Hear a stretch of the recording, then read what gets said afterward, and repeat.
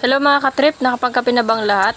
This morning mga katrip, update ko lang kayo kung ano nang status ng ating mga baboy. Ito yung daily routine ko mga katrip dito sa bahay, kada umaga, ganito yung ginagawa ko. Kailangan kasi linisin yung kanilang kulungan para hindi naman mamaho. At para naman ito yung magalitan ng kapitbahay.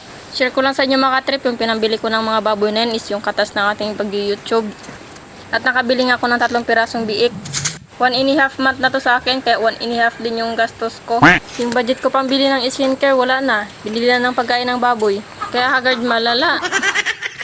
Marami nga nagko-comment mga katrep ng aking alagang baboy daw, hindi daw masarap. Isa nga pala sa nagsabi nito mga katrep, yung aking kuya na gusto niya ng litsunin. Dahil namamait na daw ang kanyang panlasa dahil hindi na nakakain ng litsong baboy.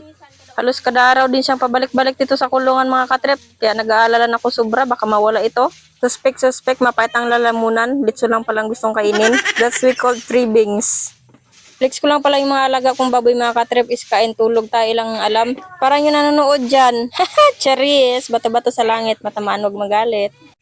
As daily routine mga katrep, ganito talagang ginagawa ko kada umaga. Ako yung naglilinis ng kulungan ng baboy, tapos minsan si mama pinapakain niya. Next day to mga katrep. Hello mga biik. May bakante pa pala dito isang kulungan namin mga katrep ko. Ano yan siya sa next sahod ko naman ulit sa YouTube. Lagyan natin yan ulit ng mga 4 dyan.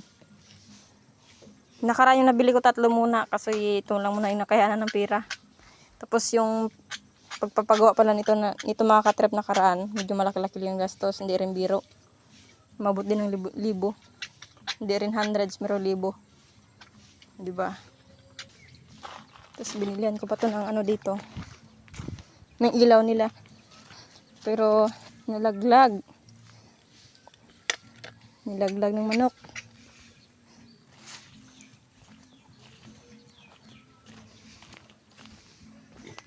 Ini-comment mga katrep kung anong tips para mas mabilis yung lumaki ng mga baboy. Paano ba yun? Hanggang dito na lang muna yung update natin sa ating mga alagang baboy. Shout out sa'yo, Manang. Okay ka lang dyan? Ha? Okay ka lang? May nangingitlog doon sa taas.